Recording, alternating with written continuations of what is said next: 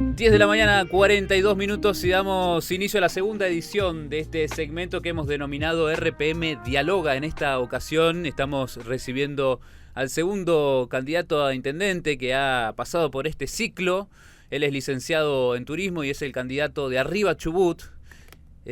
Juan Manuel Peralta, bienvenido a la Radio Pública Municipal. Un verdadero placer que te hayas acercado hasta nuestro estudio. ¿Cómo estás? Bueno, antes que nada, saludo aquí al equipo de la radio, a toda la audiencia. La verdad que muy bien, y ahora mejor, ¿no? Viniendo a visitarlos ustedes y compartir unos minutos de charla, es algo que siempre me gusta hacer, así que bueno, muchas gracias por la invitación. Bueno, ¿cómo estás, Juan, en medio de la campaña, en medio de momentos muy agitados, también yendo a muchos lugares? Por ahí es una pregunta que no suele hacerse. ¿Cómo te encontrás y cómo te sienta esta dinámica? Contarte que estoy disfrutando mucho. Creo que disfrutar, algo para lo que me preparé toda la vida o siempre quise ser, que es el candidato de mi partido, ser candidato a intendente de la ciudad que amo.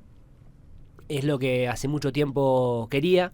Haber logrado ese objetivo es muy lindo y bueno, ahora lo que hay que hacer es cumplir el objetivo, que es ganar la elección, pero principalmente disfrutar y saber que todo lo que venimos haciendo fue porque lo pensamos, fue porque lo quisimos, lo deseamos mucho, y esa ley de atracción, de alguna manera que llevamos adelante por mucho tiempo, bueno, me lleva a estar donde estoy hoy, y obviamente que con mucha ilusión y expectativa de poder darle a mis vecinos y vecinas un mejor futuro, un mejor porvenir, resolver muchas situaciones que hoy lamentablemente vemos que están sucediendo aquí en nuestra ciudad, sobre todo lo que son los sectores en los barrios, ¿no? Para poder trabajar y mejorar, donde bueno, vemos que hay muchas cosas que no están bien. Uh-huh. Y eso nos da bronca, nos da impotencia, pero también nos motiva mucho a seguir trabajando incansablemente hacia ese objetivo de ganar las elecciones del 30 de julio. Vamos a ir después por algunos temas, recorriendo un poco la agenda, las problemáticas que también te ha podido transmitir la comunidad y las propuestas en este sentido, pero me parece interesante arrancar por un lugar que nunca suele ser tampoco el eje principal de las entrevistas o de los debates que venimos viendo hasta ahora, que es el tema de la cultura, ¿no? Uh-huh. Siempre suele quedar como relegado hacia el final de los ejes, el final de las preguntas y de los debates. Vamos a invertir un poco el orden y vamos con una cuestión un poquitito más global, más macro. Si pensamos en cultura, si yo te digo, para vos, ¿qué noción tenés, qué mirada tenés sobre la cultura? ¿Qué me podrías decir, no? Ya como yendo desde lo general hacia después lo particular. ¿O qué importancia tiene la cultura para vos? Bueno, importancia mucha, creo que tiene que ser prioridad. Las expresiones culturales representan lo que es la identidad de Esquel, de la ciudad, del destino. En la gestión que nosotros queremos llevar adelante tenemos una visión desde la cultura que es muy muy importante, de distintas alternativas. Por un lado, esto que decía recién, la cultura es la identidad, es aquello que nos distingue, que nos hace únicos, que representa este contacto con la naturaleza y con la historia en la ciudad de Esquel a través de distintas ramas del arte, la cultura, y que pueden ser claramente un insumo para desarrollar una actividad turística. Pensar también que todo lo que la cultura representa es contención en cuanto a los primeros años de vida, es contención en cuanto a lo que es la salud de las personas, la salud que puede y que debe de alguna manera tener, canalizarse o conectarse o derivarse a partir de distintas actividades, y creo que las actividades culturales son muy importantes, sobre todo en lo que es la parte del cuerpo, de la mente. Enriquecer el espíritu. Y por otro lado es entender también que la cultura es fuente de trabajo, que la cultura puede ser vista también como una alternativa muy importante para generar trabajo, y principalmente pensar y apostar a cada uno de los artistas, de los hacedores culturales, de todo ese colectivo cultural tan lindo, que creo que hay mucho para trabajar y para seguir desarrollando en todo lo que es la parte, digamos, más barrial de la ciudad de Esquel. Okay. Creo que hoy hay algo que en principio es mi visión y donde yo voy a trabajar mucho, de que haya una política de cultura que vaya más desde la periferia al centro y no al revés. Creo que hoy hay muchas personas que tienen que venir hasta el centro para desarrollar algún tipo de actividad cultural, y creo que es muy importante poder llevar la cultura tanto a los barrios como a Alto Río Percy, como a Nahuelpan, como a Valle Chico, pensar en esa visión de descentralizar lo que es las acciones que llevan del municipio. Y bueno, en pocas palabras, la cultura va a ser prioritaria y la cultura tiene y debe ser transversal a cada una de las áreas municipales. En este sentido, ¿ha habido un registro, un diagnóstico que vos llevás dentro de la Secretaría de Cultura o la cultura más institucionalizada? Digo, también mencionás, ¿no?, que hay una demanda muy grande de los barrios y hay un rol muy importante que vos ves en esos sectores para la cultura y para acercarla y no viceversa, pero digo, ¿hay un diagnóstico que vos pudiste hacer? Y si es así, ¿con qué te encontraste y cuál sería un poco la propuesta que vos pensaste? Lo que acabo de decir, un poco creo que eso es importante, fortalecer los espacios que tenemos hoy culturales. Creo que el auditorium puede tener una mayor energía, puede tener un fortalecimiento muy importante. Pensar en poder recuperar para lo que se creó el centro de encuentro. Un lugar tan lindo en la ciudad de Esquel que fue pensado con una visión, una política cultural. Hay una persona que yo tengo como referente y que creo que es alguien con el que me represento, que es Claudio Dalcó, que en su gestión se ha llevado adelante muchas políticas culturales y entiendo que por ahí es el camino. Entiendo que la visión de la cultura, como decía recién, no solamente tiene que estar pensada para quienes están en el sector cultural, sino que tiene que estar pensada para todo el público de Esquel, para los turistas también.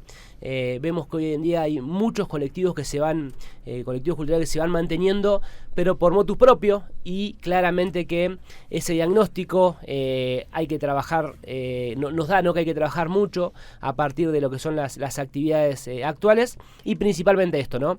Tratar de llevar actividades a los barrios, pero primero ir a preguntar, algo tan simple como eso. Claro. Lo que nos han dicho muchos lugares es que llegan talleres o llegan actividades, pero no es lo que ellos esperaban o llegan sin que ellos lo hayan pedido. Entonces, creo que hay un buen trabajo para hacer con esta visión de una gestión participativa que escuche y mucho, que pregunte y mucho, y creo que eso es un poco lo que en principio podríamos llevar adelante en los primeros meses de gestión. Y en lo que ya existe, ¿qué te gustaría fortalecer o qué te parece bueno en el sentido de la palabra y las acciones que se vienen haciendo? Remarcabas recién el tema de los barrios. Bueno, hay talleres municipales que son los TANFI. Esquel es uno de los pocos municipios, te diría hasta del país, que tiene talleres municipales gratuitos, que no son gratuitos, sino que son subvencionados por el mismo municipio. Después también existe un área de patrimonio que tiene un trabajo muy grande también con el patrimonio tangible e intangible, ¿no? Un museo de culturas originarias. Es muy amplia la Secretaría. ¿Qué de esto vos rescatás y potenciarías? Bueno, yo creo que todo el trabajo que se lleva adelante es muy, muy válido, es muy digno, y creo que pensar en empezar de cero no entra, digamos, en nuestra visión. Entonces, todo lo que se está llevando adelante hasta el día de hoy, lo que tenemos hoy, hay que fortalecerlo. Hay que darle una mayor entidad, hay que pensar, ¿no?, en esto que decías recién, todo lo que tiene que ver con los talleres, y algo tan simple como esto, ¿no? Por ejemplo, ir a preguntar antes a un barrio o hacer un diagnóstico o una consulta de qué es el taller que les gustaría que tenga el barrio. El Museo de Cultura Originarias, que es un lugar hermoso, que hay que terminarlo, que hay que tener ese final de obra para poder contarlo. Por más que ya esté trabajando, falta todavía lo que es esa parte de inauguración, del lanzamiento o relanzamiento, si se quiere. También pensar en todo lo que se hace aquí en el Centro Cultural Melipal. Hace poquito, por ejemplo, hablé con Gabriela Carrimán, que tiene a cargo uno de los talleres Pertenecer. Sí. Hermoso taller con personas que vienen a aprender cómo usar el telar mapuche, algo tan lindo como eso. Entonces yo creo que hay muchas cosas para mantener, para potenciar, y principalmente destacar y reconocer el rol de los trabajadores del área de cultura. Creo que eso es muy importante, y donde ese trabajo que llevan adelante desde hace un tiempo es un trabajo que hay que tomarlo y hay que potenciarlo. Bueno, después dejaremos abierta el teléfono 33 66 18 por si quieren realizar alguna pregunta, alguna consulta. Recordamos, estamos con Juan Manuel Peralta, candidato a intendente de Arriba Chubut, aquí por la Radio Pública Municipal. Juan, pasamos un poco a educación, que es Secretaría de Cultura y Educación, ¿no? Un eje tan interesante y tan transversal que es la educación. Bueno, vos sos educador, tanto a nivel secundario como a nivel superior. Esquel es una ciudad educadora desde el año 2008 por ordenanza. ¿Hay una continuidad y un proyecto de acción que vos tengas para contribuir a este emblema que es Esquel Ciudad Educadora? Sí. Nosotros lo pensamos de una manera estratégica a lo que es la visión de que hay muchas personas que vienen a estudiar Esquel, que vienen a capacitarse.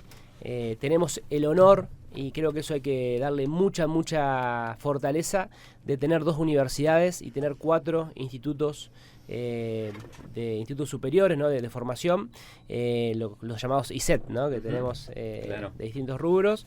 Entonces pensar que hay 4 institutos superiores, 2 universidades, todos los centros de formación profesional que también existen, pensar también en las instituciones científicas y técnicas que, si bien no vienen a estudiar, vienen a capacitarse y a hacer mejores prácticas. Entonces ver a Esquel como un lugar donde vienen personas a estudiar o a capacitarse, y esas personas que vienen alquilan, esas personas que vienen consumen aquí en la ciudad, esas personas que vienen ingresan con divisas que quedan inyectan la economía.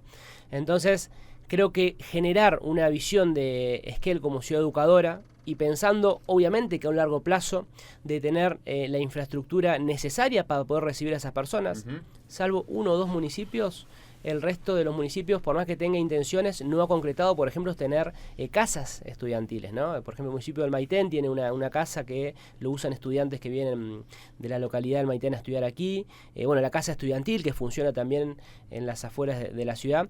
Pero pensar en ese tipo de desarrollo. Esquel como ciudad universitaria, Esquel como ciudad educadora, y poder generar los servicios que el estudiante necesita. Okay.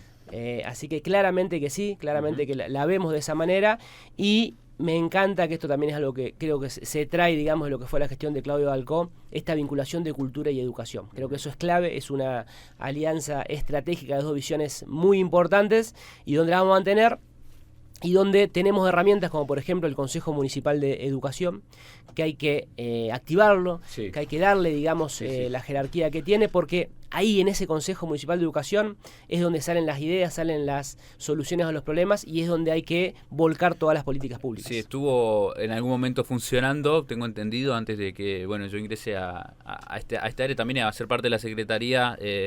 Quedó como ahí en un stand-by, pero una de las cuestiones interesantes también de Ciudad Educadora y de esta carta y de este emblema que Esquel adhiere, es la única ciudad de la Patagonia, de hecho, en hacerlo, tiene que ver con transversalizar la educación. Es decir, no solamente pensar la educación en las instituciones. ¿Pensás en esto, en transversalizar también la educación y enviar acciones educativas en diferentes áreas dentro del municipio, más allá de educación y por ahí áreas relacionadas, Creo que es la clave. Por ejemplo, en tu pregunta me remito y pienso en lo que es el cuidado del medio ambiente. El gran trabajo que llegó adelante hace unos años atrás con todo lo que es la separación de residuos en origen. Pensar también en lo que se puede hacer con las escuelas en materia turística, concientizar, sensibilizar, contar. Nadie cuida y valora lo que no conoce, y creo que en ese sentido desde cada una de las áreas se puede hacer un gran trabajo, desde el área de tránsito con la seguridad vial, desde el área de turismo, como decía recién, con los atractivos, del área de medio ambiente con lo que son los cuidados y educación ambiental. Claramente que tiene que ser transversal a todas las áreas, y claramente que tiene que haber una sinergia y una articulación directa en el área de cultura y educación con el resto de las otras secretarías y direcciones municipales, ya que en la prevención ahí podemos trabajar muchísimo, y creo que es donde hay que hacer mucho hincapié en muchos aspectos, ¿no? Pienso en el área de zoonosis con los perros y la superpoblación que tenemos hoy de perros y de gatos en las calles.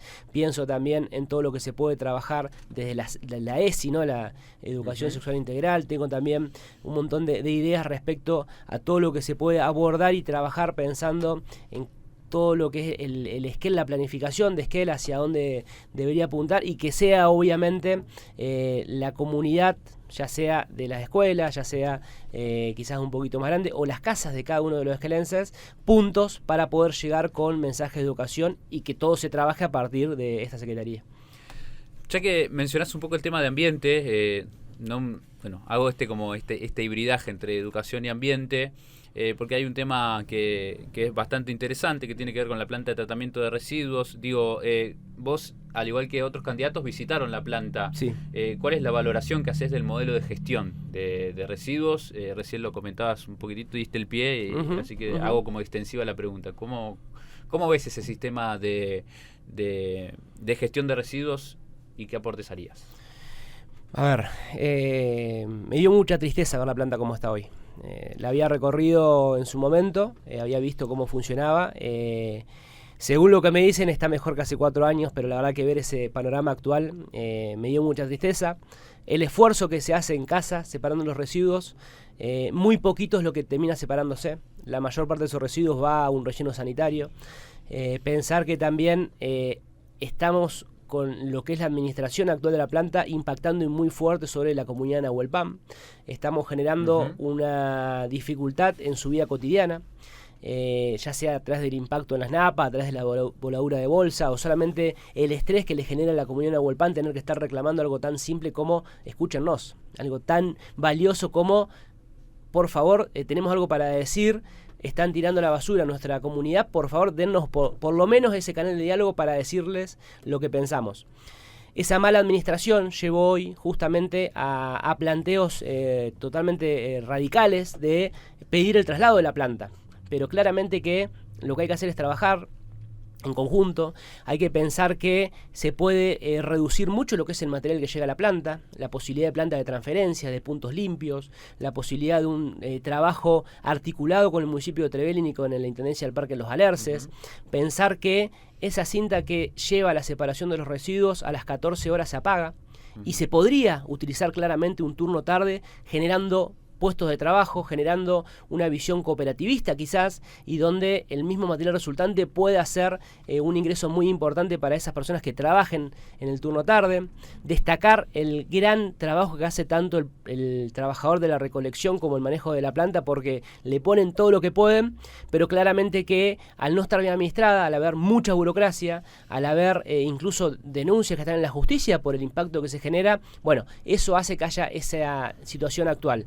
Pensar también en algo que existió en su momento y que ahora por decisión política se modificó de esta actual gestión y de quien representa la candidatura del mismo partido, de sacar a la planta de un ente, no era autárquico, pero sí estaba, de alguna manera era autónomo en cuanto a una gerencia que tenía, y colocarla en una estructura de la Secretaría de Ambiente, en una jefatura que depende de una dirección, que depende de una secretaría, y que claramente va a haber burocracia, claramente va a haber mayor ineficiencia, y donde lo que hay que lograr y lo que hay que transmitir es que esa planta tiene que ser autosustentable, tiene que ser autosostenible, y donde cada una de las erogaciones presupuestarias se vean como una inversión y no como un gasto. Hay que volver a tener el parámetro que llevó a Esquel, a la planta de residuos, a tener una distinción internacional que es una escoba de plata, que se dio en la gestión de Rafael William, y donde claramente hoy estamos muy lejos de eso. Mencionaste un tema muy interesante, al menos desde el concepto que tiene que ver con un esquema corporativista, y también te he escuchado en reiteradas ocasiones hablar sobre economía circular. ¿Podría esto aplicarse a la planta de tratamiento de residuos? Bueno, una de las cuestiones que también se están generando es la revaloración y la puesta en el circuito productivo por parte de determinados materiales, quizás se viene haciendo, como por ejemplo el aceite. Bueno, vos habrás visto la gran cantidad de materiales. Digo, ¿qué propuesta hay para un poco resaltar este concepto que vos mencionaste como la economía circular, un esquema corporativista, y también teniendo en cuenta la gran demanda de empleo que hay en Esquel? Eso es una de las cosas que primero se ve. Sí, la economía circular es clave.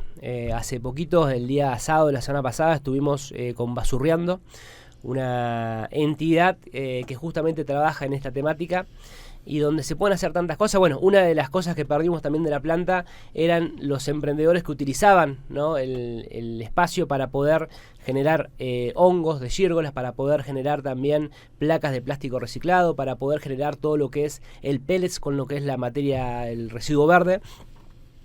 Y la economía circular la veo muy importante y la veo clave porque de alguna manera es lo que el mundo nos está mostrando, es la tendencia a nivel mundial, y es entender que no es basura, que dejemos de ver como basura, sino que son residuos que se pueden recuperar, son residuos que pueden volver al sistema, que pueden generar puestos de trabajo. Vos recién mencionaste el aceite, y la verdad que el aceite no es un tema resuelto. Los talleres mecánicos de la ciudad de Esquel no saben qué hacer con el aceite que sacan, digamos, cuando hacen el cambio en cada uno de los motores de los autos. Le pagan a una empresa que viene a buscar el aceite de afuera para poder hacer el fuel oil, entiendo después, pero como el aceite también tenemos todo el tema de, por ejemplo, hace poquito estuve reunido con el Jockey Club y me decía que tienen material de acerrín con la bosta de caballo y no saben qué hacer con eso. Y eso es un material buenísimo para el compost. Es pensar que cuando nosotros separamos en casa cada uno de los residuos, estamos alimentando esa economía circular. Y esto es lo que hablamos un ratito, ¿no? Algo tan simple como un pote de yogur, antes de tirar la basura, lo enjuago, lo limpio y lo deposito en el tacho de residuos inorgánicos. Pensar que toda esa educación se puede generar y que, esto que decíamos recién, la economía circular, la basura, que tiene que llamarse residuo y que todo lo que se genera puede generar más trabajo. Entonces, el ámbito cooperativo puede ser una de las alternativas. Yo soy un defensor y a mí me encanta lo que es la economía social y solidaria. Sí. Hoy tenemos muchos desempleados en Esquel, tenemos muchas personas que trabajan en el Estado, muchas otras que son empleadas por el sector privado, porque tenemos otra parte de la sociedad que puede cooperativizarse o que puede generar a partir de los emprendedores muchos ingresos genuinos, y ahí es donde vamos a trabajar mucho. Sí. ¿Y cómo podría generarse, por ejemplo, un esquema alternativo cooperativista, además de los aspectos que fuiste mencionando, así como un poco en los márgenes, ¿no? Como cosas puntuales, pero digo, ¿hay un esquema pensado en ese sentido? Sí, es acercar las herramientas a la comunidad. O sea, hoy, por ejemplo, en una junta vecinal, por orden, no voy a decir el nombre, en una junta vecinal hay una bloquera. Esa bloquera puede activarse, una bloquera que no se usa, puede activarse con una cooperativa, se puede generar una actividad económica a partir de lo que es la producción y venta de bloques, que es muy interesante. Claro. Otro ejemplo, mujeres que se dedican a lo que es la parte de cuidados domiciliarios o de actividades de limpieza. Bueno, al cooperativizarse tienen mayor, entidad jurídica, pueden ofrecer mejor sus servicios.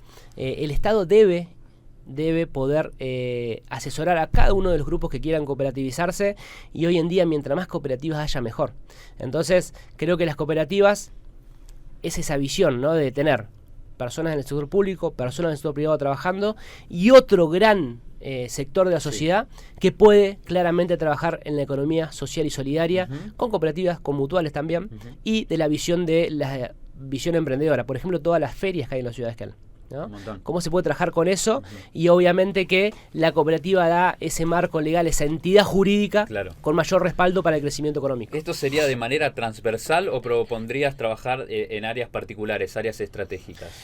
Yo creo que al área de economía social del municipio hay que darle entidad. Hay que dar la entidad, no sé si a nivel de secretaría, pero yo le voy a dar una entidad fundamental, porque ahí veo una herramienta principal para poder combatir y mitigar el desempleo actual de la ciudad de Esquel. Perfecto.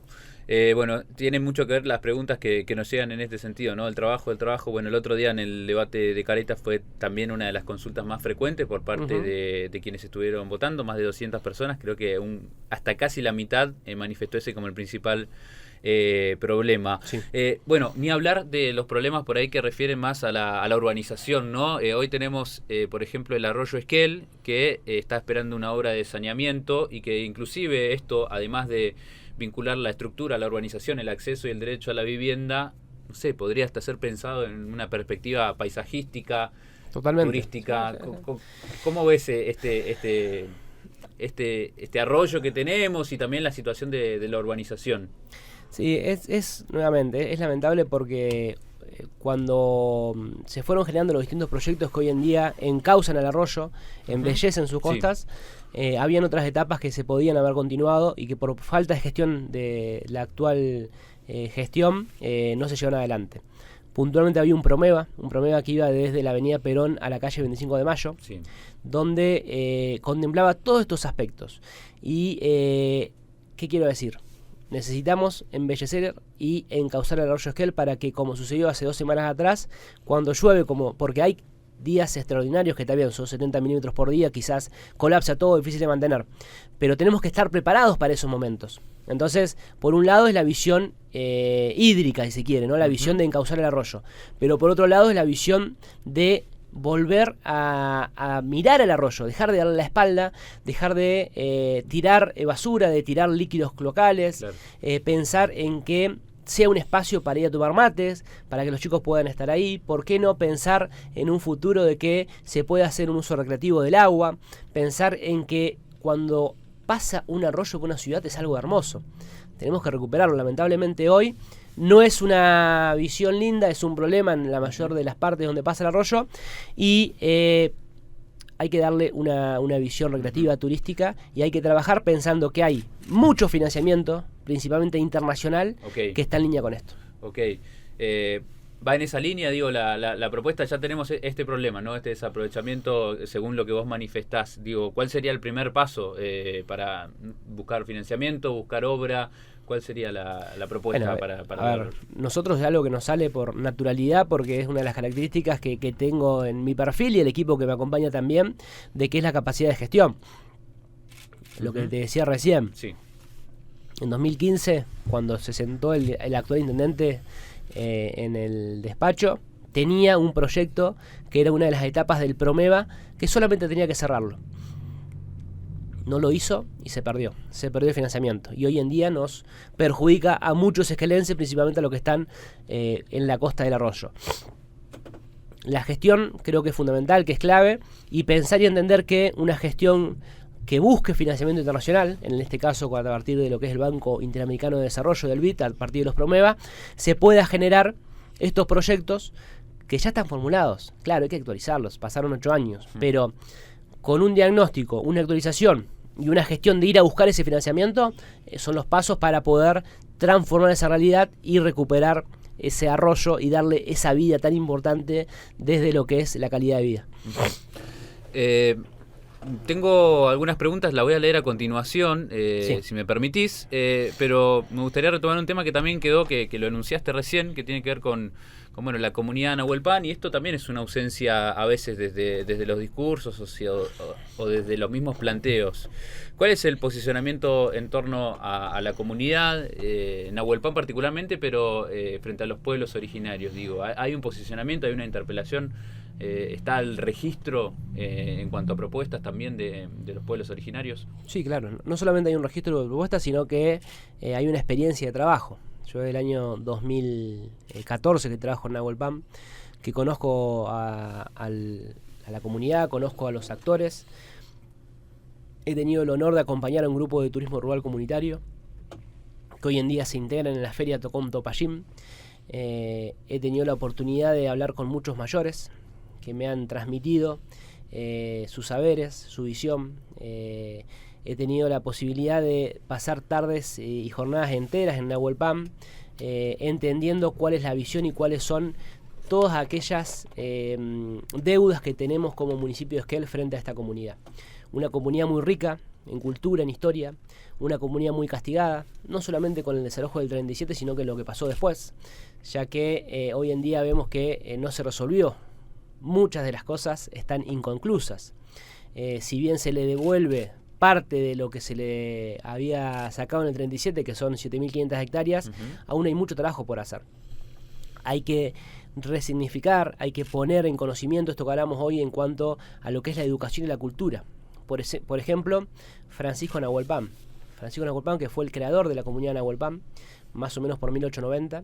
Francisco Nahuelpan, que fue el guía del Perito Moreno para su actividad en lo que fue la tarea de límites con la República de Chile, que de hecho en ese entonces el gobierno nacional le reconoce a Francisco Nahuelpan esa labor, y por ese motivo le da 19.000 hectáreas, después 22.000 hectáreas, para poder devolverle el favor que había hecho. Francisco Nahuelpan, que tuvo la visión, que se quedó y que vio que aquí un desarrollo para su gente, para su comunidad, y que al día de hoy su linaje, su sangre también está representada. Entonces, creo que principalmente no tiene que haber un esquelense que no sepa, que no tenga la información de lo que hizo Francisco Nahuelpan allá, a fines del siglo XIX, principios del siglo XX, y entender que cada una de las actividades que se desarrollan en la comunidad, más allá de que está en el ejido de Esquel, sí, tienen su soberanía, tienen que tener ese respeto. No puede suceder esto de la planta, lo mismo con el parque industrial, lo mismo con la trochita. Pensar en que la ruta 40 atraviesa la comunidad de Nahuelpan. Claro. Hay muchas cosas para trabajar, entendiendo que hay también muchas personas de Nahuelpan que están viviendo hoy con condiciones de vida muy difíciles. Entonces, el pasto de los animales, la leña, las casas abrigadas para el invierno, bueno, tanto para trabajar desde mi lugar yo tengo un cariño especial por la comunidad, conozco en primera persona cada una de estas situaciones, ni hablar de todo lo que se puede trabajar desde el rescate histórico-cultural.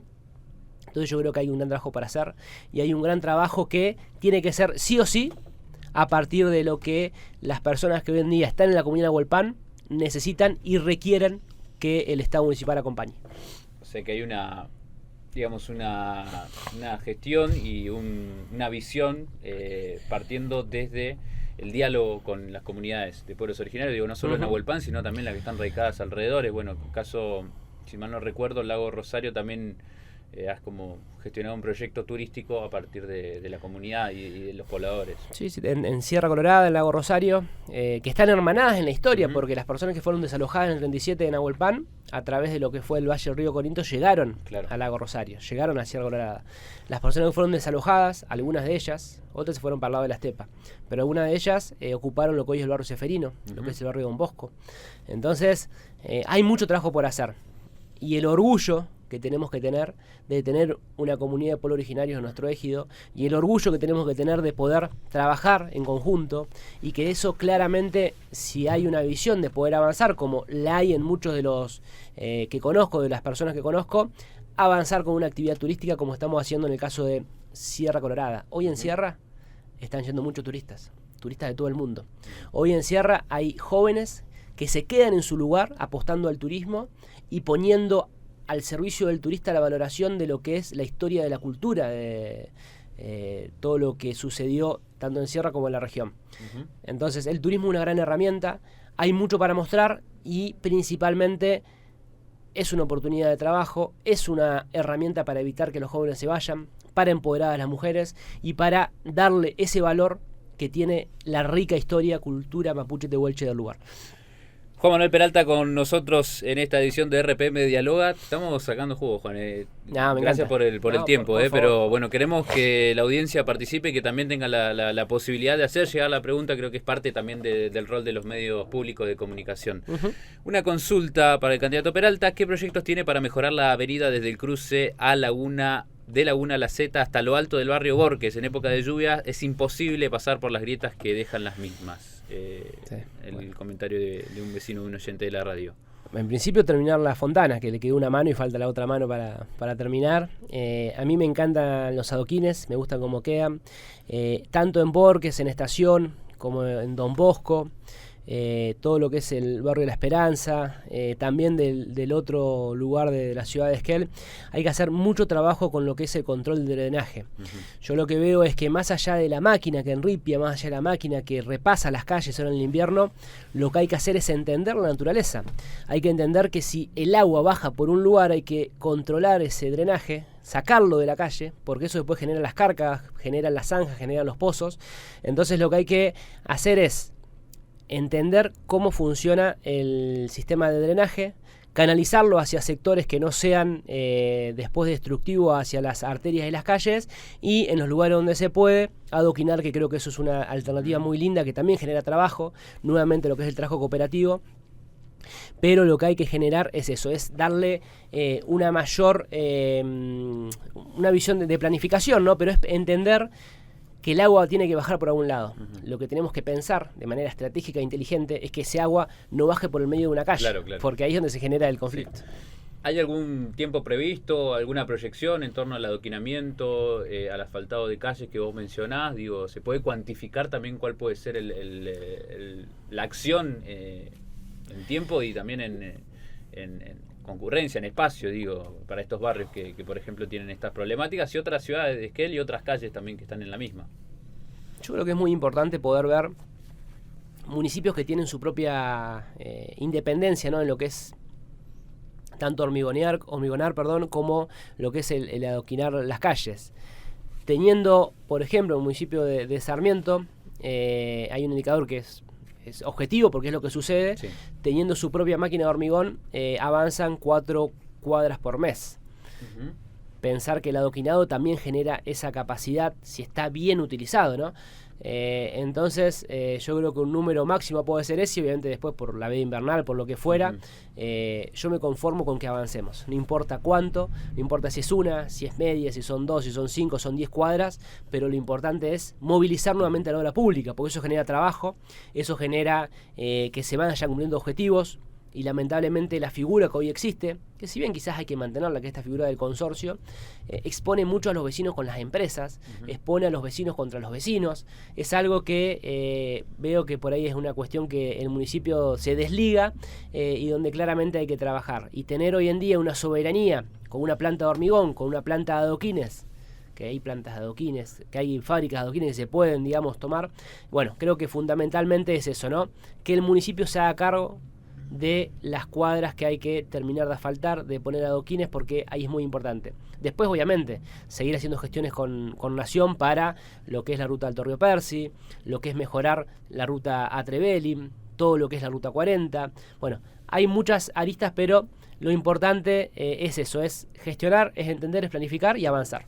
Mensajes que llegan al 33 66 18 y en relación a los incrementos excesivos de la cooperativa 16 de octubre, ¿cuál sería la propuesta? Nos comenta un oyente también. Bueno, esto calculo que tiene que ver también con un descontento en torno a la tarifa y a la falta de participación de la comunidad en la fijación de la misma. Bueno, hace poquito nos reunimos con el seno de todo lo que es la administración de la cooperativa y destaco 2 o 3 cosas. Por un lado, entender que la cooperativa es distribuidora. La cooperativa distribuye energía. ¿Qué quiero decir? Compra para venderla. Entonces, la tarifa no la pone la cooperativa, sino que la tarifa es lo que tiene que pagarle a quien se la compra, que es a lo que es una visión, digamos, nacional. Más o menos, recuerdo que hay un número de 130 millones de pesos que se está comprando por mes. Eso es lo que estamos gastando. 130 millones de pesos. 130 millones de pesos. ¿Cuál es mi visión? Que la generamos en la hidroeléctrica, digo, y también tiene que ver con un tema de soberanía energética, que también estuvieron reunidos en el día de ayer, si no me equivoco. Sí, ayer nos juntamos con un muy buen debate a través de lo que fue la Asamblea de la Mina, pero también hay que destacar eso, a ver, que la energía que se le compra a un interconectado, que no es la energía que se produce en la hidroeléctrica. O sea, puede ser de ahí como no. Okay. Pero está tan mal la situación actual que tenemos aquí, a poquitos kilómetros en nuestra casa, una producción de energía para Aluar. Claro, a través de Transpa. A través de Transpa. Esa energía que Hidroeléctrica le vende a Aluar, o que el interconectado le vende a Aluar, porque hoy hay una visión de interconectado. Entonces, todo lo que genera energía va a un gran interconectado. Claro. Se la está vendiendo a una tarifa subsidiada, además de eso. Sí. Entonces, hay que pensar que estamos en un momento oportuno e histórico para poder tener tarifas más bajas, de tener mayor beneficio a lo que es el comercio y la industria local, porque en 2 años hay que renegociar el convenio con Hidroeléctrica. Claro, y es el momento para que los esquelenses digamos, a ver, estamos produciendo energía, estamos generando energía para Aluar. Aluar, a mí me encanta que Madryn se haya desarrollado con una actividad económica como Aluar, y cuando empezó Hidroeléctrica y Aluar, Madryn era más chico que Esquel, incluso en cantidad de habitantes. Entonces, hay un montón de pasivos ambientales y sociales que hay que trabajar. ¿Qué es lo que yo creo y lo que yo veo? La cooperativa 16 de octubre hace lo que puede, no son quienes ponen la tarifa, sino que están de alguna manera distribuyendo, compran para vender. ¿Qué es lo que tiene que hacer un intendente? O sea, la cuestión de fondo es más digamos, compleja a trabajar, decís vos, y ahí el municipio debería posicionarse fuertemente, digo, sobre todo teniendo en cuenta que en 2025 vence la concesión. Exacto. Y que por lo general suele ser a 25 o 30 años, a ver, se compromete... La última había sido en el 95. Entonces, es entender que lo que tenemos que resolver es el problema de raíz y tenemos que generar todos esos beneficios. En Esquel tenemos que pagar tarifas más baratas, obviamente, si estamos generando energía aquí. En Esquel los comercios tienen que tener la tarifa subsidiada, tiene que haber beneficios en las industrias para que puedan trabajar. Hoy la energía es la principal insumo, el principal matriz para cualquier industria que se pueda desarrollar. Entonces, yo creo que más allá de la tarifa actual, que obviamente que a todos nos duele pagarla porque es cada vez más cara, también tener en cuenta los otros ítems que hay en la boleta de luz. Tener en cuenta eso y tener en cuenta que esos aportes son voluntarios, que cada uno de los socios de la cooperativa puede porque es algo voluntario, reducir, hay un montón de, si ustedes leen la factura de la cooperativa, hay un montón de ítems que son voluntarios y que muchos engrosan ese número final. Pero es entender que hoy necesitamos planificación. También decirles, por ejemplo, bueno, obviamente que es muy largo para seguir charlando el tema, pero que, por ejemplo, la necesidad más importante que tiene hoy la ciudad de Esquel en materia de obra pública es la planta de efluentes locales. Hoy tenemos una planta para 28.000 habitantes y somos 40.000.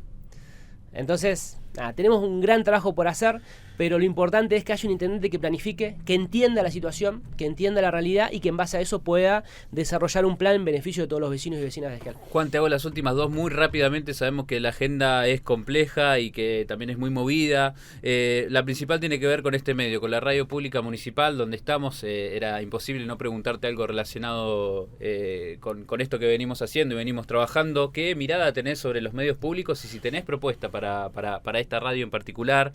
¿O qué rol crees que debería tener una radio pública dentro de una gestión municipal?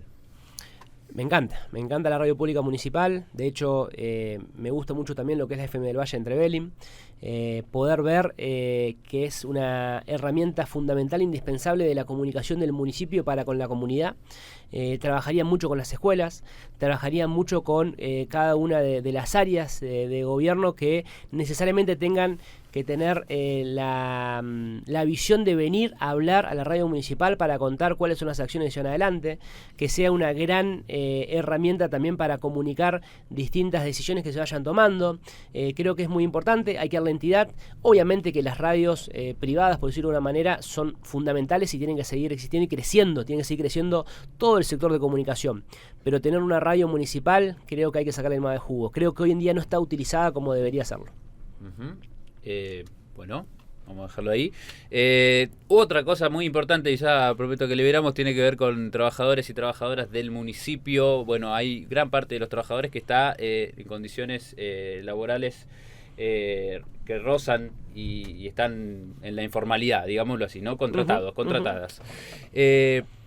Esto está tenido en cuenta y si hay también pensado una capacitación o profesionalización para los trabajadores y trabajadoras de la municipalidad que también refiere a mejorar el servicio, como por ejemplo a través de áreas de recursos humanos, ¿no? que es un área, a mi parecer, estratégica para este tipo de acciones. Claramente que vamos a trabajar en eso. Primero en un buen diagnóstico, entendiendo y conociendo la situación de cada una de las áreas, entendiendo y conociendo la situación de cada uno de los trabajadores y trabajadoras, destacar lo que es el trabajo que realizamos con Antonio Osorio, que es alguien que conoce mucho de cada una de las áreas, los empleados y empleadas del municipio en sus distintas figuras, ¿no? Y creo que hoy las fuentes de trabajo son muy indispensables, son fuentes de trabajo que hay que dignificar, que hay que obviamente trabajar para que tengan mayor eficiencia, y yo creo que hay que hacer un gran trabajo, pero que esos trabajadores y trabajadoras del municipio se queden muy tranquilos, que en mi gestión se va a trabajar y mucho, y va a haber mucha motivación, y va a haber mucho entusiasmo, porque eso creo que más allá de lo que genera cada uno desde su lugar, necesita una conducción. Yo hoy lo que veo a partir de hablar con muchos trabajadores de distintas áreas es que tienen diferencias, incluso falta de motivación por quienes hoy en día están ocupando los lugares de funcionarios de las áreas, y ni hablar de lo que es la figura principal de un intendente. Hoy Esquel no tiene planificación, no tiene rumbo, no tiene una visión hacia dónde ir, y obviamente que eso va repercutiendo hacia todas las áreas municipales y hacia la parte que le toca el contacto directo con la realidad. Decirles a los trabajadores y trabajadoras municipales que están escuchando que me van a encontrar en primero una persona que va a escuchar mucho, que va a entender las situaciones y que con mucho trabajo entre todos vamos a sacar este municipio adelante, lo vamos a sacar de este nivel de estancamiento que tiene y lo vamos a proyectar y potenciar para el beneficio de todos los vecinos y vecinas de la ciudad. Juan Manuel Peralta, candidato a intendente por Arriba Chubut, gracias por el tiempo brindado a nosotros y a nuestra audiencia en esta sección que es RPM Dialoga. No, por favor, el agradecimiento es mío, muy lindo, pasó el tiempo muy rápido, no sé cuánto estuvimos hablando, pero bueno, seguiremos charlando todas las veces que quieran, es muy importante, y más todavía, me gusta mucho cuando hay preguntas de los oyentes poder responderlas, creo que eso es muy valioso, que en este momento de campaña me conozcan más, y que sepan el perfil que estamos llevando adelante. Queremos tener esa oportunidad de gobernar la ciudad, sabemos que hace 8 años nos gobierna un signo político, queremos que es momento de el cambio. resignifico esa palabra, de cambiar y de poder darle a quien hoy en día está hablando aquí y que tiene un equipo de trabajo que también tiene un perfil parecido. Somos jóvenes de Esquel, somos jóvenes que queremos lo mejor para Esquel, y en esa manera creo que el 30 de julio es un momento clave donde se va a poner en juego modelos distintos de la ciudad. Y creo que nosotros representamos algo muy digno, con mucha identidad, muy esquelense, y es el acompañamiento que le pedimos para poder gobernar esta hermosa ciudad. Juan Manuel Peralta pasó por la radio pública municipal. Esto es Cultura en Altavoz, hasta las 13 horas.